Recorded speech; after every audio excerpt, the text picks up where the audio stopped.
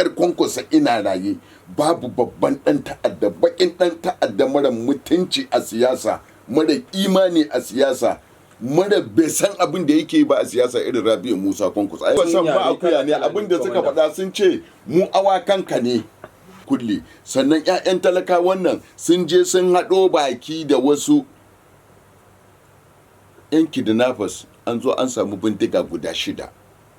Amma duk da haka saboda rashin mutunci gwamnatin Kano ta tura mutanen ta yanda muke zargi, su suka je suka yi belin waɗannan yaran. Har na ce maka an ba su naira 10,000 da kuma take away na shinkafa da ɗan nama haka da sauransu. Waɗancan fa cewa suka yi su sun yi tuba sun koma ga Allah, komai sun haƙura sun ajiye makamai sun komai. Su waɗancan da ake cewa an kama ɗin waɗanda ba suka yi abin da ba daidai ba sun zo sun ce sun tuba sun ajiye makamai su za su yi biyayya. Ka san wani abu, mutukar Kwankwaso ina raye ta'addancin siyasa yanzu aka fara shi a siyasa a Kano. Mutukar Kwankwaso ina raye babu babban dan ta'adda, bakin dan ta'adda mara mutunci a siyasa, mara imani a siyasa, mara bai san abin da yake ba a siyasa irin Rabi'u Musa Kwankwaso. Ai Rabi'u Musa Kwankwaso annobar siyasa ne, kuma babu abin da Rabi'u Musa Kwankwaso yake masa daɗi irin ya riga ya saita yara akan daba, ya saita su akan shaye-shaye saboda canza musu tunaninsu domin ya juya su yanda suke so.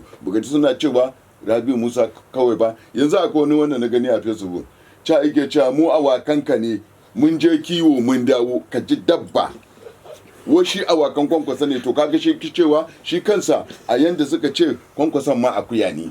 Ko duk irin yaran nan ne na siyasa. Kwankwason ma akuya ne, abinda suka faɗa sun ce mu awakanka ne, don haka mun je kiwo mun dawo. Kaga shi ma Rabi'u Musa Kwankwaso ina daga cikin tawagar waɗannan awakan. Duk mutumin da bai da imani, bai da mutunci, bai da yakana, mai son ƴaƴan mutane su lalace a siyasa don buƙatarsa ta biya, ai babu babba annoba irin Rabi'u Musa Kwankwaso. Wai da kuke ikirarin cewar wai